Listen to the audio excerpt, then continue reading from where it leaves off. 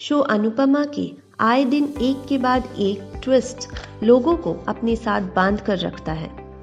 ये शो अपने हर एपिसोड के साथ कुछ नया ट्विस्ट लेकर आता है, जिससे लोगों में एक्साइटमेंट बना रहता है और उनको हर एपिसोड के बाद सोचने पे मजबूर कर देता है कि अब आगे इस कहानी में क्या होने वाला है।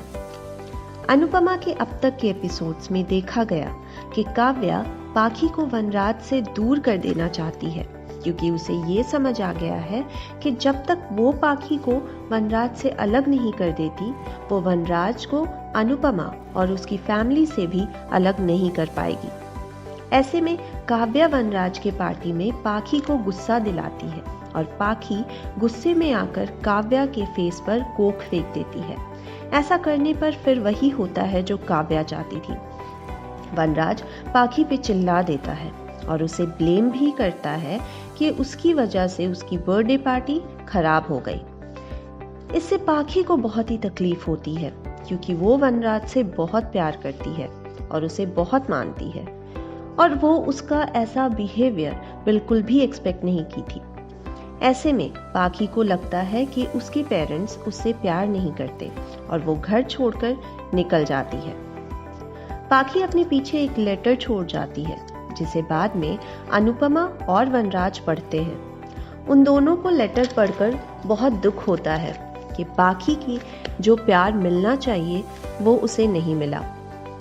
वो बहुत परेशान हो जाते हैं और पाखी को ढूंढने में लग जाते हैं, लेकिन वो कहीं नहीं मिलती। उधर पाखी को कुछ गुंडे किडनैप कर लेते हैं। इधर पाखी को ढूंढने में वनराज और अनुपमा एक साथ हो जाते हैं। आखिरकार वनराज और अनुपमा किसी तरह पाखी को गुंडों से बचाकर घर वापस ले आते हैं। वनराज और अनुपमा पाखी से माफी मांगते हैं, वहीं पाखी भी अपनी ऐसी हरकत के लिए उनसे माफी मांगती है। वनराज ऐसे में शाह हाउस में सबके साथ रहने को तैयार हो जाते हैं। पाखी को बचाने के लिए वनराज और अनुपमा साथ हो जाते हैं, जो अब काव्या को पसंद नहीं आता। काव्या उनको दूर करने के लिए अपनी चाल चली, लेकिन उसकी चाल उल्टी पड़ गई। ऐसे में काव्या अपने ही किए पे पछताती है, क्योंकि उसके वनराज और पाखी को अलग करने के प्लान के वजह से वनराज और अनुपमा नजदीक आ गए। काव्या वनराज को किसी भी हाल में खोने देना नहीं चाहती और इसीलिए वो अब कुछ और प्लान करती है। वो वनराज को उसी तरह ब्लैकमेल करने का सोचती है जैसे पाखी वनराज और अनुपमा को करती है। So finally, Kavya unveils her biggest trump card against Vanraj and Anupama. Kavya अपना सबसे बड़ा चाल चलती है और वो अपने प्रेगनेंसी का अनाउंसमेंट कर देती है, जिससे वनराज को बहुत बड़ा झटका लगता है।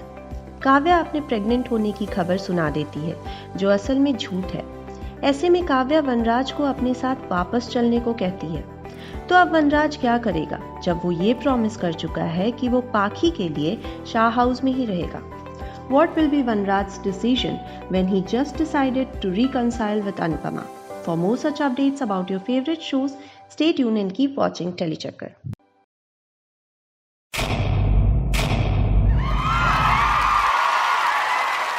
Know all about the Tele world by subscribing to Telechakkar's YouTube channel. Don't forget to hit the bell icon to stay updated to our new videos.